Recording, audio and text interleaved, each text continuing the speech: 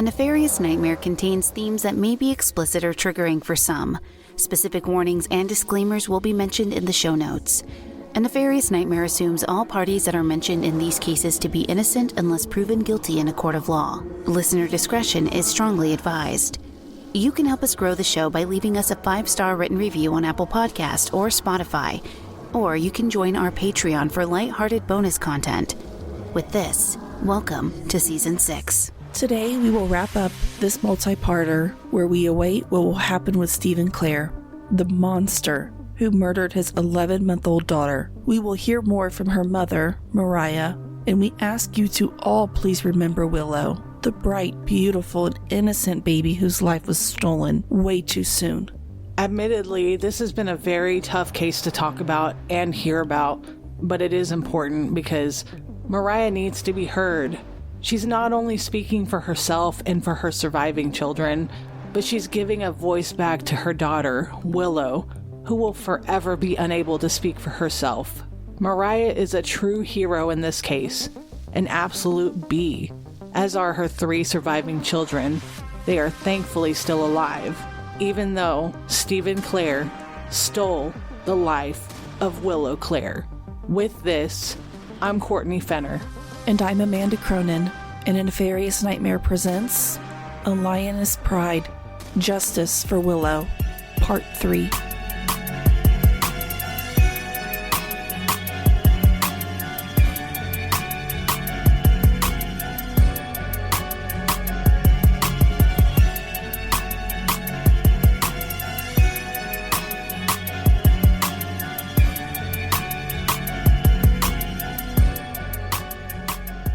Prior to continuing through this episode, we do want to share something that Mariah has actually shared with me. Now, for context, bear in mind that the following voicemail that you're all about to hear did occur after Stephen Clare, Mariah's husband at the time, was caught having an affair on her. At the time, Mariah was 6 months pregnant with baby Willow, so this actually occurred 14 months before the massacre. After he was found out, he left this bullshit of an apology on her voicemail. Please listen, and I'll break it down for you real fast. Hey, it's me. I just wanted to call and tell you I love you, Mariah. And my life sucks when it's this way. You are my world. You and those girls have become my life. Mostly you. And I'm lost without you, and I've got so many other things that are stressing me out with this job and with this tax stuff, and then how with this other lawsuit that I don't know what's going to happen with that patient. How much support am I going to get from the clinic now that I have no clue? And all I want is just for you and I to have some sort of disability so I can lean on you. And it doesn't seem like I can do that.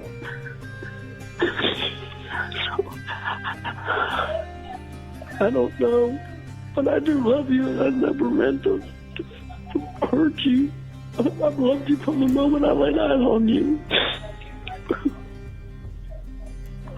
I'm sorry for everything I've done. I just want you to know that. Now, as I've said before, we aren't licensed to diagnose anyone. However, I do want to point out a few things within that voicemail that further drives the point home that Stephen Clare is a narcissist. Now, a skilled manipulator often can make themselves sound like they're crying to induce feelings of guilt in another person. The apology sounds genuine to an untrained ear, but if you'd like to go back and listen, count how many I and me statements in that 1.5-minute voicemail. Notice how he apologizes with non-apologies. He blames his misgivings on stress or the debt situation. It's never, I messed up, but it's always, the devil made me do it. And by the way, no matter what is happening, debt doesn't lead you to cheat on your spouse. Period. He lacks in taking ownership and accountability of any of his actions. And notice how he says, quote, you more so, when he talks about Mariah and the children that they share. We all know that, even if implied, it never needed to be said. The relationship between a parent, their spouse, and the children they share isn't a pissing contest. It's not about who anyone would save first. It's about how he deeply damaged her ability to trust in the first place and how he brought the kids into it. It's the fake sniffles, the act of leaving an apology on a voicemail in an attempt to lure her back and hoping that she bites. A genuine apology, in my opinion, should never be in the form of voicemail or really any digital media unless there's no physical way to meet the person where they are. And if he were truly sorry, he'd have given her enough space to allow her to heal so that way she could come around and address it when and if she's ready. If leaving a voicemail was genuinely the only way that he could reach her, then a simple, "I'm sorry, and when you're ready, I'd like to discuss this with you in person," would have sufficed. And finally, if he was truly sorry, he wouldn't have massacred his family. I'm sure we all can imagine that losing a family member or friend to homicide is already not easy. This would prove to be the worst day of someone's life, and we all can agree here, it never gets better. You experience various stages of grief and trauma, pain, numbness, and even anger. It's something that nobody ever would want to experience. Nobody could possibly even begin to comprehend until it does happen. But then, it's an intense and especially traumatic kind of horror when it's your infant child. Your sweet child, who did nothing to anyone, who came into this world needing to be loved, cared for, looked after, fed, bathed, clothed, nurtured, happy. They didn't ask to be here, and they certainly didn't do anything to justify their life being taken. I think we can all agree that no matter who you are, as long as you have some sort of compassion and empathy woven within the fabric of your own humanity, there is just no reason to ever murder a child. But unfortunately, it does happen. And even more unfortunately, a parent would often be the perpetrator. However, there is something to be said about the instinct any good mom would have when they sense that their children are in danger.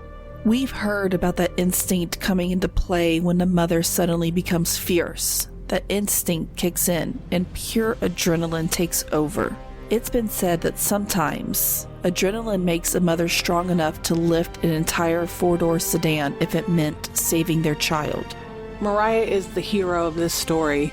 Case in point, Mariah had the compassion and love to be able to put her own children before herself. She did become their human shield, protecting them to the absolute best of her own abilities, and endured multiple gunshot wounds to the pelvic and hip area while using pure logic mixed with adrenaline to have the resourcefulness to instinctively know how many bullets were in that gun. She fought through the burning hot pain that every bullet, blow by blow, had hit, but still had the strength to grit her teeth and fight through it. The only thing that was on her mind was, I need to protect my babies, and she did just that. However, Stephen Clare was relentless. Just when you think he had enough, his ruthlessness and pure evil took it up a notch. This was a cold and calculated game to him, and he was not going to ever stop until he made some kind of impact, and in his own mind, won the game. At what cost, though? He is and was clearly either a narcissist or sociopath. He lacked the empathy to be able to care for anyone but himself, and if he saw his wife as anything at all, it was as a trophy, as property. And his children, if he saw his own flesh and blood as anything to him at all, it was as a mere extension of his self, nothing more and nothing less. And once that property or extension could no longer serve him and his desires, just as with everything else, it becomes disposable, something he could carelessly toss in the garbage and forget about. Stephen Clare is a monster. Nothing more and nothing less. With this in mind, we will wrap this up with the remainder of Mariah's recollection of events. I feel his presence next to me, and so I look up, and he's got a gun in my face. The moment that I looked over. I immediately look up to his face. I kind of just go past what he's holding to look at his face. And I just ask him, like, what are you looking at? And then I glance down and I see the gun. And my immediate thought was, he's joking. This is a fake gun. And so then I ask him, like, what are you doing? And I laugh at him because I think he's playing a joke on me. The sickest joke ever, but a joke nonetheless. And he tells me to get up. I was like, okay, get up and then what? And he's like, get in the car. And I ask him, where are we going? Why am I getting in the car? And his response was, get in the fucking car, Mariah. I'm gonna kill you and every single one of your kids. You wanna act like a whore? Well, you're not gonna make it this time. And at that point, I realize that this is serious, that he's not joking. And so I start trying to de-escalate the situation. And now I'm standing in front of him and I can smell the alcohol on his breath. And so I assume, like, oh, well, you've been drinking, So I tell him, you're upset. I can see you're clearly upset. Let's just take a second. Let's talk about this. You don't want to do this. Let's sit down. And he tells me no, to go get in the car and continue to just yell at me. And then I realized I was going to have to act. Like, I'm going to have to get that gun out of his hand. So I grab it and I start trying to twist it out of his hand. I'm using both hands to try to, to get it away from him. And as I start doing that, he starts punching me in the face. He starts hitting me with the gun. At one point, he started hitting me in the body with his knees and just totally beating the hell out of me because I'm trying to get this gun from him. And so we continue to fight like this for a minute. And I get his finger off of the trigger, but I can't get the gun out of his hand. And so I look for things that I can use to hit him. And as I'm doing that, I see there's really nothing around except for my Roomba vacuum, but I can't quite get to it yet. So I try to I think if I can just scratch him in the eyes or poke his eyes, then maybe he won't be able to see for a minute and it'll allow me to run because I'm not so far away from the front door that it's unattainable. So I go to scratch his eyes and it does absolutely nothing. And I've seen it in movies and stuff, and in real life it just doesn't work that way. And I'm in total fight mode. I'm biting him, and he just as I'm biting him, he's just punching me in the back of the head, trying to get me off of him, but still it's not hurting him. And so I quickly just reach down, grab the Roomba, and I hit him over the head with it. And I guess it knocked him back just enough for me to take off toward the front door and run to go get help. And he's right behind me. So I'm thankfully faster than he is, but he still has the gun. I run to the neighbor's yard across the street and I start banging on their door to try to get help. And I'm screaming at the top of my lungs, my husband is going to kill me and all of my kids. Someone call the police. And I'm just screaming help. Just this blood curdling, I still hear it at night when I sleep, scream. It was like the voice that was coming out of me was not even my voice. But I turn back because they're not answering their door. I'm going to continue to run to the next house. I turn back to look at him to make sure he's still there. Make sure he's not going back after the kids. And he is. And the way that he looked, I'm running and he's just at most fast walking. And I can see in his eyes, everything is in slow motion, but it's also happening so fast. You're stuck in this weird version of reality, in a matrix almost. And his eyes are just black and cold. He has no expression on his face. Just as normal. I mean, his the way he normally holds his face is very aggressive anyway.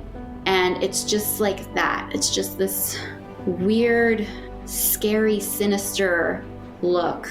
And he's walking as if he is one of the murderers in like a slasher movie, like Jason or Michael Myers or whatever, just walking after me. And somehow he's still keeping up.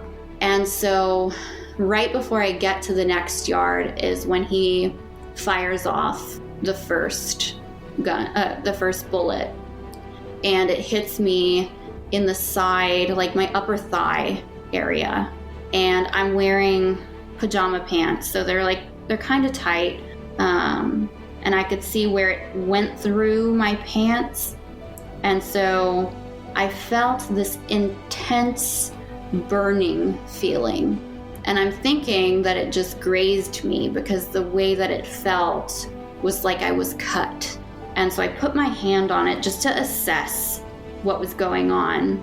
And there wasn't a whole lot of blood. So I was like, all right, I'm okay. I'm gonna keep running. So I just grab my leg and I just keep going. And I'm continuing to look back to make sure that he's still there. And I mean, at this point, even if I can just get him to chase me down the street, he's not around my kids. I'm buying us time. And so finally I see a lady hiding behind a car, and she has a phone up to her ear, and she's like, hey, I've got the police on the phone. I called 911. They're coming. You're going to be okay. They're coming. And so a part of me is like, okay, how can I just need to stall. That's it. Someone is coming to help us. And as I'm talking to her, he's turning around to go back to the house. And so I immediately follow, and I see him. I guess he must have tried to open the front door, which was now locked. He's going to the side of the house where I have like a sliding glass door. But there's also a gate. You have to press in a code, let yourself in through the gate, and then you can, get into the sliding glass door. And anyway, so I start banging on the front door, telling my son, hey, it's me, let me in. And so he does. And I tell him to run, take your sisters, and hide. And so he goes off through the kitchen into where my father's room was. So I know, okay, that's where they are. They're safe. I'm just keeping these mental notes as I go on. I have already noted, what the gun looked like, how many bullets he had. I'm trying to tell myself, okay, count how many times it fires off so you can keep track of how much ammunition is left. All these things that you wouldn't think you would have the capacity to do under those circumstances, but you do. You're in survival mode, and I'm a mother, and I will do whatever it takes to make sure my babies are safe. And so he, as I assumed he would, came through the sliding glass door, and I'm sitting there with him. And he walks up to me, and I was like, hey, we've got to stop. And I'm just I'm pleading with him, please stop doing this. And so he has me walk. He's just asking for my boys. Where's Braylon? Where's Copeland? I want the kids. Tell me where the boys are. I want them. And then he's specifically just reiterating that he wants my oldest son. He was saying his name the most. And I was like, I don't know where they are. So he's like, well, you're going to show me. So he makes me walk with him down my hallway. And that's where most of the bedrooms are, aside from my father's room, who's on the other side of the house. But I walk into my bedroom. There's no kids in there. I walk into my girl's bedroom. There's no kids in there. Then he has me walk into my son's room. Again, it's empty. But I sit on the bed because I was like, well, maybe I can stall here. And so I sit and I just tell him hey, I'm exhausted. Let's stop this. You don't want to do this. It's not too late to turn around. I'm not really hurt. You shot me, but I'm okay. We don't have to tell anyone. If you just go home, I won't even go to the hospital. I'm okay. And so I was just begging him to change his mind. And he didn't care. He continued to beat me as I sat there on the bed, At this point, I was just blocking myself. I wasn't hitting him back. I was just trying to get him to stop. And I'm exhausted from already, just exerting all the energy to try to fight him and from running. So I'm worn out. And then all of a sudden, I see my daughter, Rosalie, my 2-year-old, in the hallway outside of the room. She's pressed up against the door and she's screaming and she's crying and she's saying my name, Mama, Mama. And she's screaming for him, don't hurt my mama. And so I look at him and I was like, is this how you want her to remember you? Look at what you're doing to her. And he just didn't care. There wasn't a single thing I could say to him that brought up any sort of kindness or compassion or understanding. Like, he was there to kill. That was it. Like, he was hunting and there was nothing that was going to get him in the way of what he came there to do. And so I don't know where Rosalie went after that, but he ended up grabbing me by my hair and dragging me out of that room. And we ended up, for some reason, we skipped the bathroom where my 8-year-old was. I think he was just so set on finding my oldest son that, he just continued on. And so we stopped by the kitchen. And again, I just lean on the counter and tell him how tired I am and beg him to stop. And I end up grabbing a knife from my knife block that was on my counter. And I try to stab him with it, but I couldn't move fast enough. And by the time it was about to make contact with him, he grabs it from my hand and he takes it and then starts swinging it at me. And he's got the gun in one hand, swinging the knife in the other hand. And I had no choice but to just grab the blade of the knife. And I twisted that out of his hand and I ended up throwing it across the room.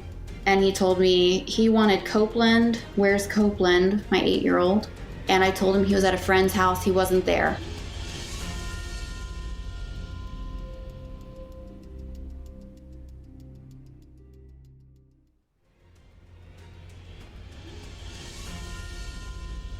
So then I try to grab the gun again to start twisting it out of his hand, and then he shoots me. And this time he shot me in the stomach. And the pain was so much different than the one being shot in the leg. I just knew that I was seriously injured and I didn't have much time.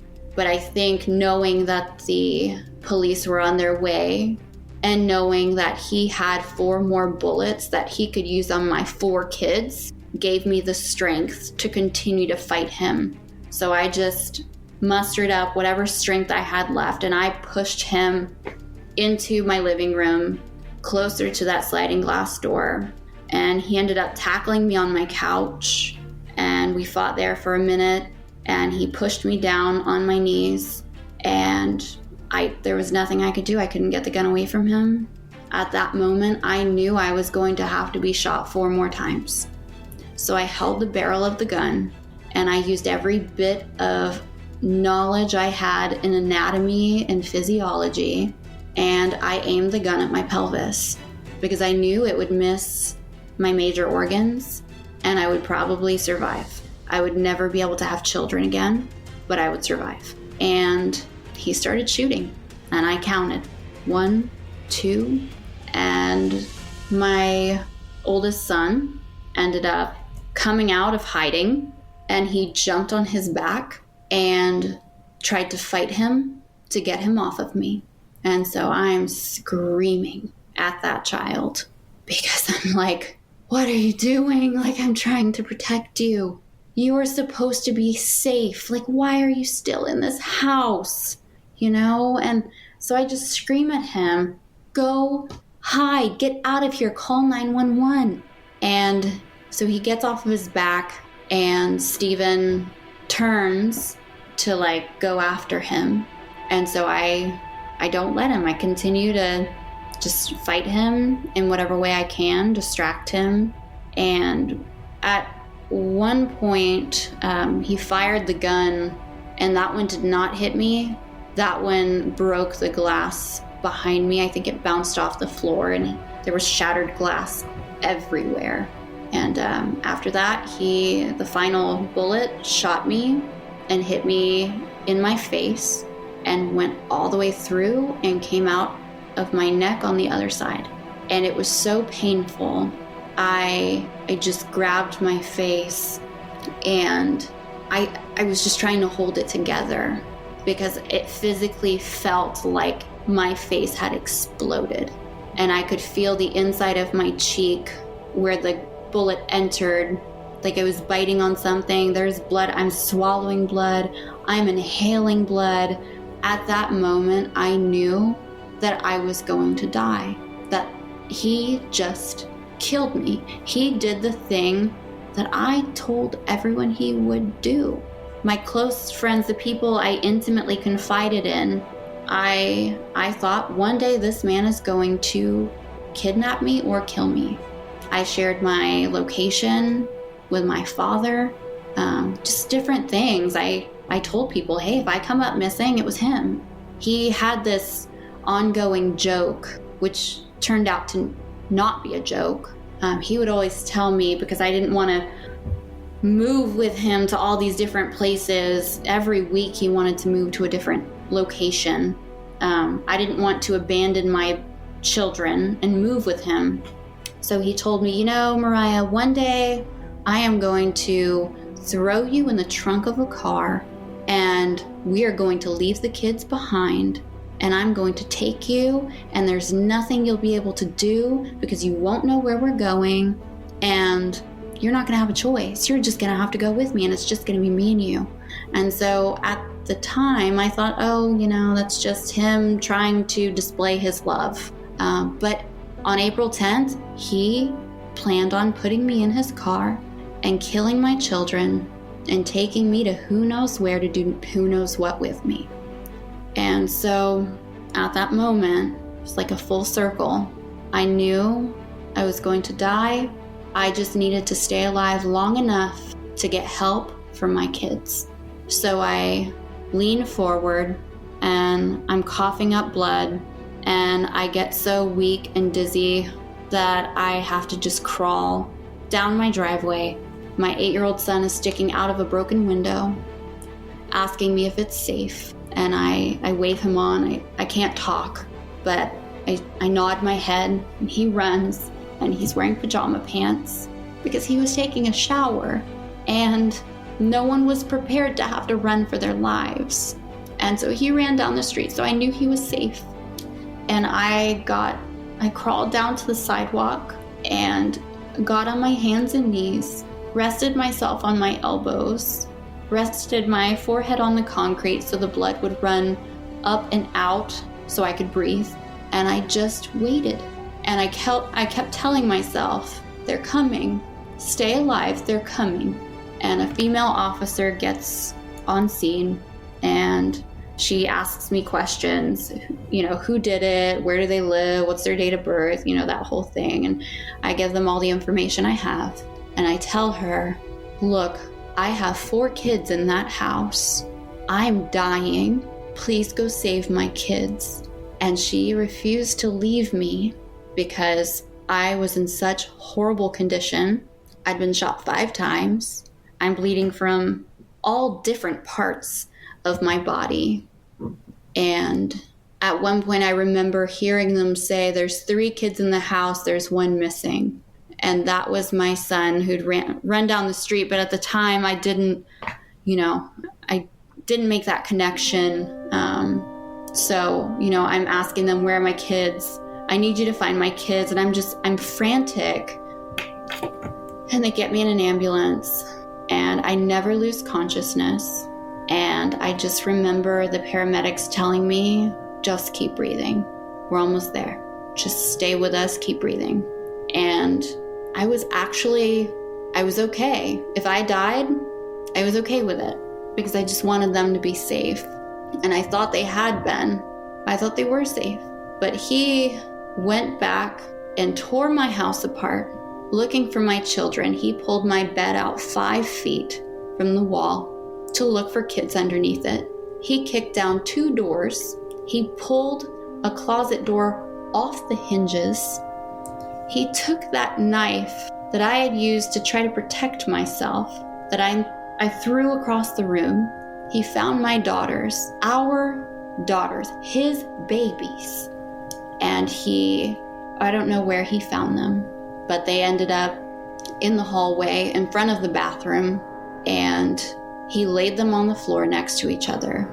And he took that knife and he slaughtered my babies as I lay dying on the sidewalk because I was trying to protect them, and killing me wasn't enough. He went after them and he hurt my baby first, and he made Rosalie watch. After he hurt Willow, he did the same thing to Rosalie, and then he left them with their insides pouring out of their little bodies, lying in their own puddles of blood. And he went home and he put his clothing that's covered in his own daughter's blood, he put it in the washing machine. He put on his pajamas. He even put a skull pouch in his mouth, his chewing tobacco. And he sat on the couch to watch TV with his 19-year-old son, like nothing happened, like he didn't just massacre. He is currently incarcerated. They gave him a bond initially, and his brother is a retired San Antonio policeman, and it wasn't me begging to keep him in that made the judge change his mind, or it didn't make them want a bond hearing. It was his brother who wrote a letter to the judge and the DA asking that they not let him out because he is a danger to himself and a danger to society, and that he would either flee or he would come and continue and finish what he started. I was in the ICU in critical condition with drains and tubes all over my body, worrying about this man getting out of jail and coming to kill us, the rest of us that he did not get the opportunity to kill, or did not succeed in killing. My sons went to school 2 minutes from his home, and they were going to let him out with the condition that he wear a GPS monitor, because that works. So they finally had a bond hearing. He's remanded without bond until his trial. They haven't decided whether or not they will be pursuing the death penalty, but at least we know until trial we're safe. And the trial will probably happen sometime in the summer of 2024, maybe. I'm sure it'll get postponed. Who knows? But we had fake names. We had to be protected with alternate aliases just in case he would get out. My daughter could not even walk. Her injuries were so extensive. She was in so much pain. And she was in extreme pain for at least 2 or 3 months after. He essentially, the only thing I could compare it to is how they perform autopsies on people. She was cut from her diaphragm down and then had other stab wounds as well. The last thing they should have done was let him back out on the streets. You can't rehabilitate a person like that. My daughter, my Willow, my 11-month-old, she sat in a refrigerator for 2.5 weeks. I wasn't there. My dad had to act as our power of attorney and make decisions in regards to my daughters because I was trying to survive. I was at a completely different hospital than they were. I wasn't there in her last moments. And the worst part for me, not only did he come and take every sense of safety from my life, he stole my entire grieving process.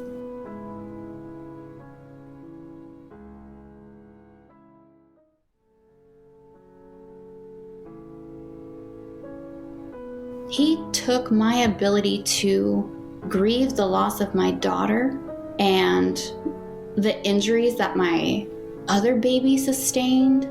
I've been living in this whirlwind of trauma. I haven't even been able to slow down and take a breath and really absorb what happened to me, much less my entire family. And that I'll never be able to forgive him for what he did. But I think the thing that seals that for me is knowing that my baby girl died alone and she was left unclaimed in a morgue. I needed his signature to cremate her. They served him the papers in jail. It is just another thing that makes it so evident that abusers are protected, their rights are valued, no matter what they've done. He cut that baby open. The baby that I knit together in my womb, he dismantled with his own 2 hands and a knife.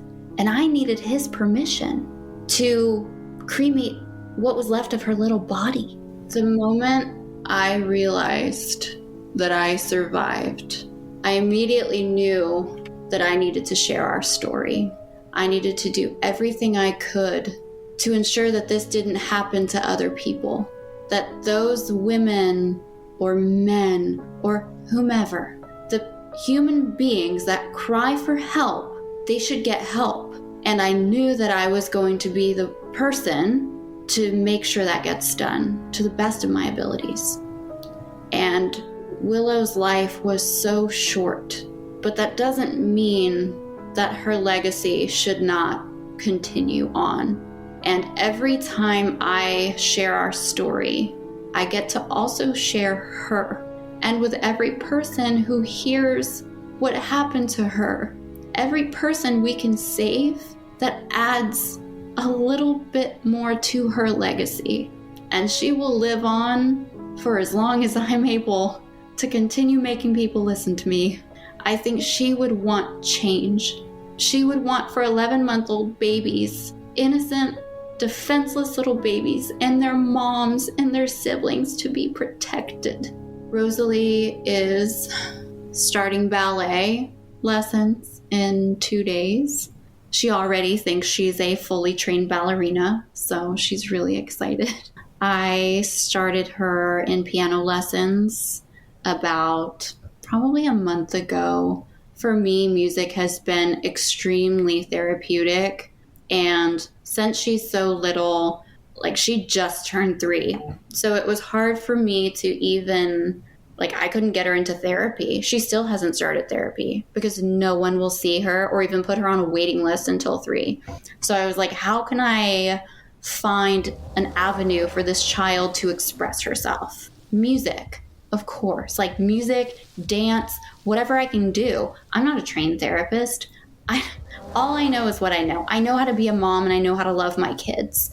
And so I've been doing everything I can to just love her through her trauma. And, she every single day asks me if her dad is coming back, if he's going to come back and get her. And I have to remind her that she's safe. She has nightmares, and it's more of a night terror. She'll sit up with her eyes wide open, and she's just screaming, and she's flailing her arms and screaming to stop, and just kind of reliving it while she's supposed to be sleeping. And, it's so difficult for me as her mom because I want to just heal her. I want it to be all better for her.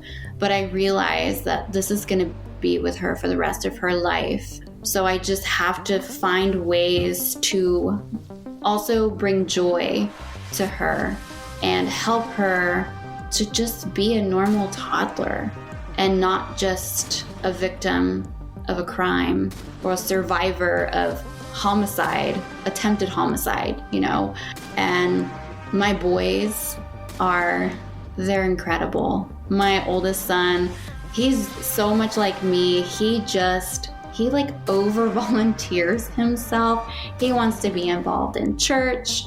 and school and all these extracurricular activities. And I'm like, when are you going to sleep? You know? He just started middle school. So on top of like all the other adjustments he's had to have, I mean, after this happened, we were literally homeless. We couldn't go back to our murder house.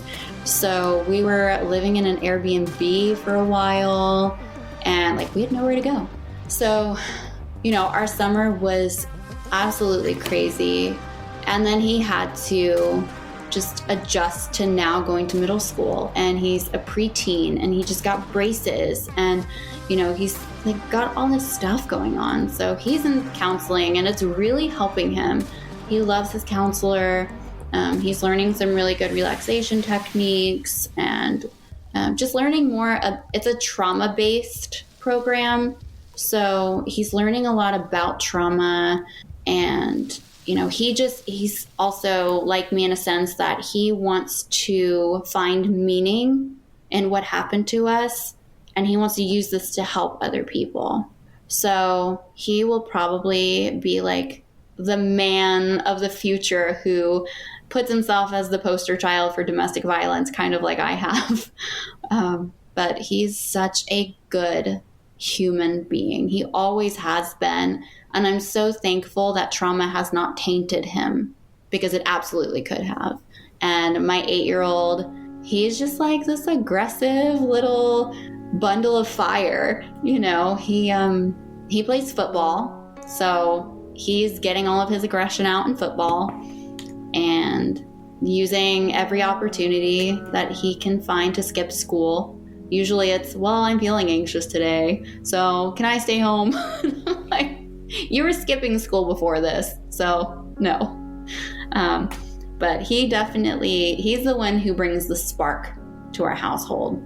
So even though he can be difficult at times, I'm very thankful for who he is too, because he is just the right amount of spice that we need. And I'm just thankful for those kids, because we have such a strong family unit that even though the most horrific, violent thing happened to us, it has not broken us.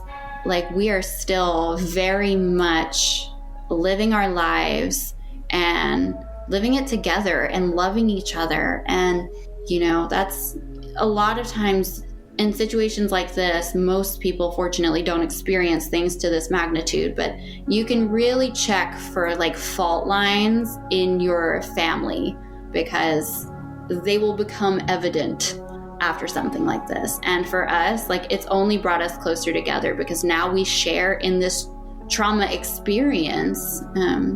So, you know, we're taking it day by day, and we have an open line of communication between all of us. We share our feelings, and we share the good and the bad, and we cry together sometimes, and we celebrate together.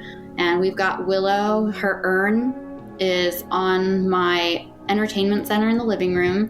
I wanted to put it in a place where we spend a lot of our time, so that way we can all just kind of remember her. We see her before we go to school or work or whatever, and we get to see her when we come home, and it's got her little stuffed animals and her blanket, and we've just created a little memorial for her. One of the kids put like a Reese's cup on her urn. I don't know which one of them it was, but I haven't moved it. It's been there for like 2 months. And so one of them brought her candy, and I thought that was really sweet. But we talk about her all the time. And, you know, I love those moments that we can just reminisce on the happy stuff and her life, not just her death. Like, she's not just how she died, you know?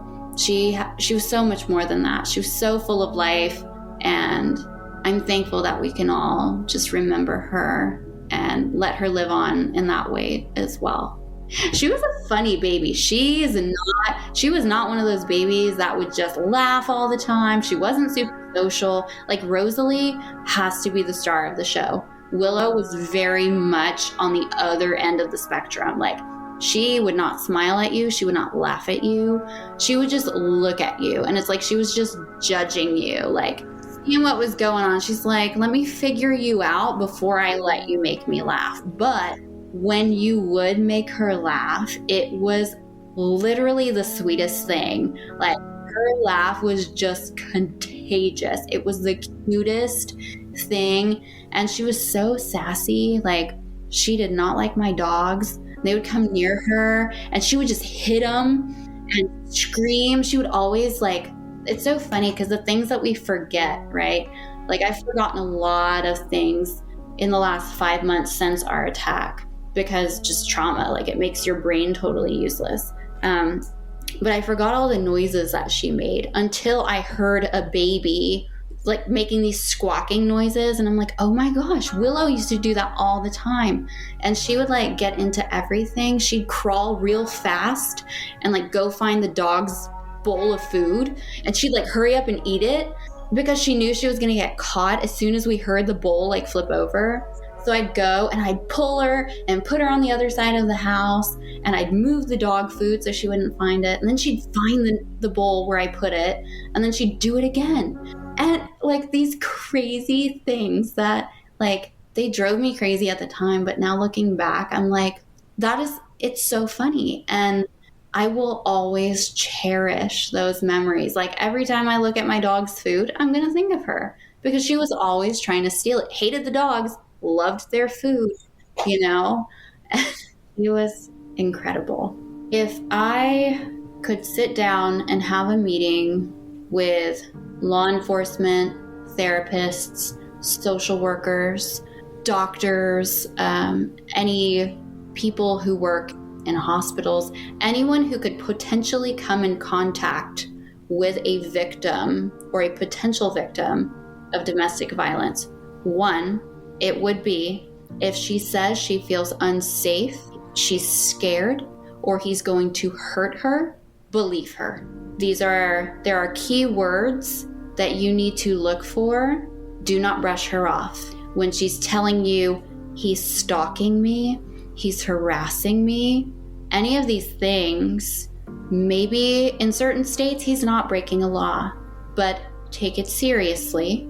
Don't make her feel belittled or dramatic because she's asking for help.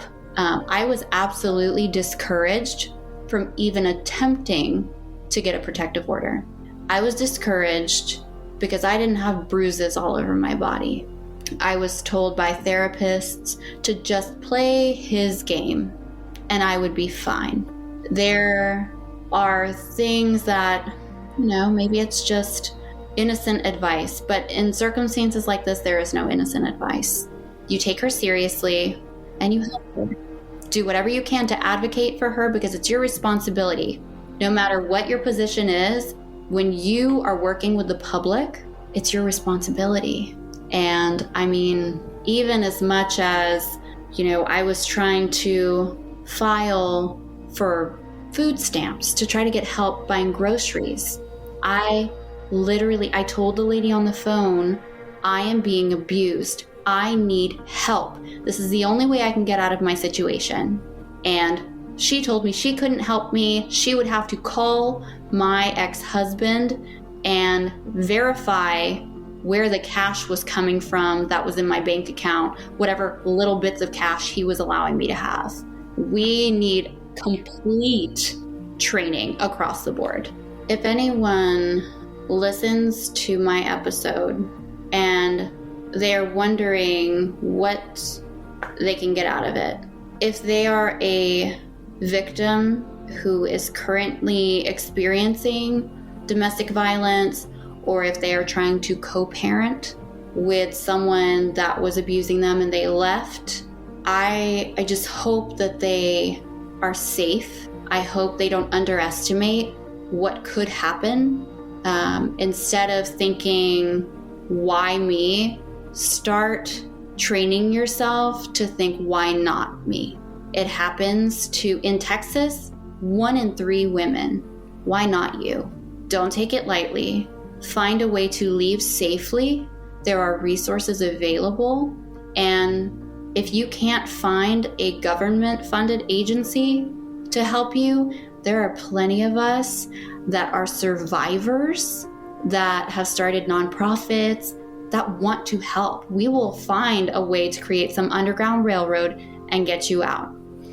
And if it's someone who just loves someone who has been abused or is being abused, stop asking questions that assume that it's her fault or that she had some responsibility in it.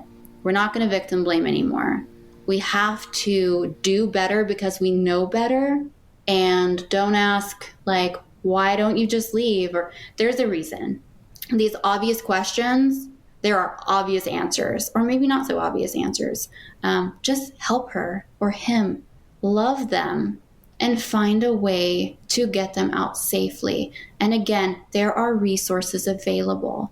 If you can't find one of us can help you. There's an army of us. Again, this happens to 1 in 3 women, 1 in 4 women in other states, whatever, nationwide 1 in 4. That's a lot of people to ask for help from. An open letter written by Mariah to the assailant, Stephen Clare, is as follows. Quote, "Did you see me crying? Could you hear my screams? You left me there dying. I was down on my knees.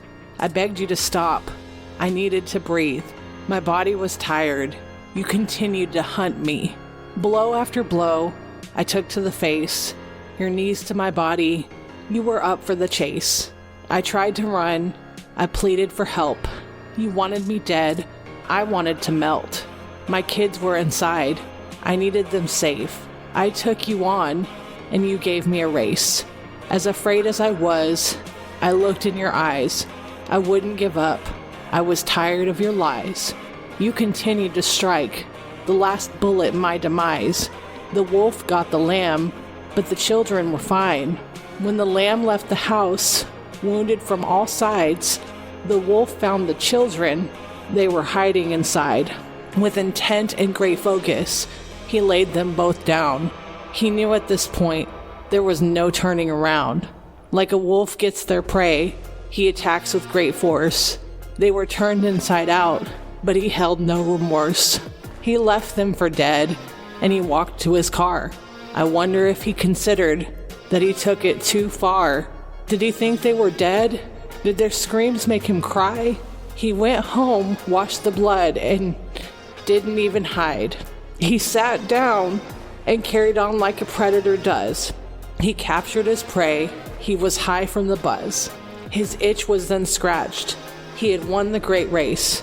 But that wolf didn't know that the prey that he chased, she would rise, she would climb, she would wait for her time, because she wasn't a lamb, but a lioness with sharp eyes. Once she rested and healed, she began her pursuit. That wolf would one day meet his death on her tooth. He will pay for his crime if it costs her her life. One thing you don't do is hunt a lioness and her pride.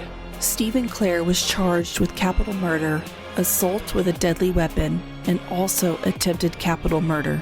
He now resides behind bars awaiting a decision on whether or not he will be handed the death penalty. If the DA decides to go through with the death penalty, it will be the first since the murder of Benjamin Marconi, a detective in the San Antonio PD, in 2021, a murder perpetrated by Otis McCain.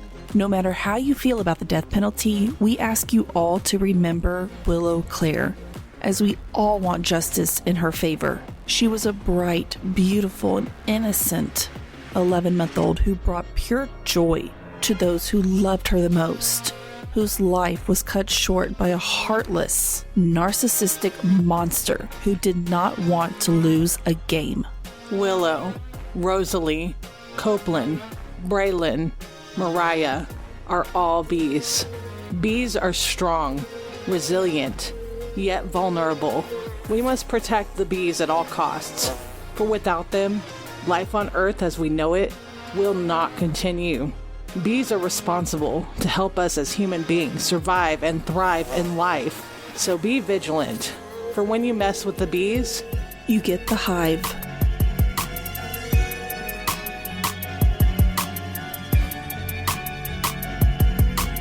Thank you for listening to A Nefarious Nightmare. Music used in the theme was originally by Ghost Stories Incorporated, remixed by Ryan RCX Murphy. Additional background music is provided by Epidemic Sound. A Nefarious Nightmare is scripted, researched, and produced by Courtney Fenner and Amanda Cronin. I'm Lainey Hobbs, and as always, be vigilant, for when you mess with the bees, you get the hive.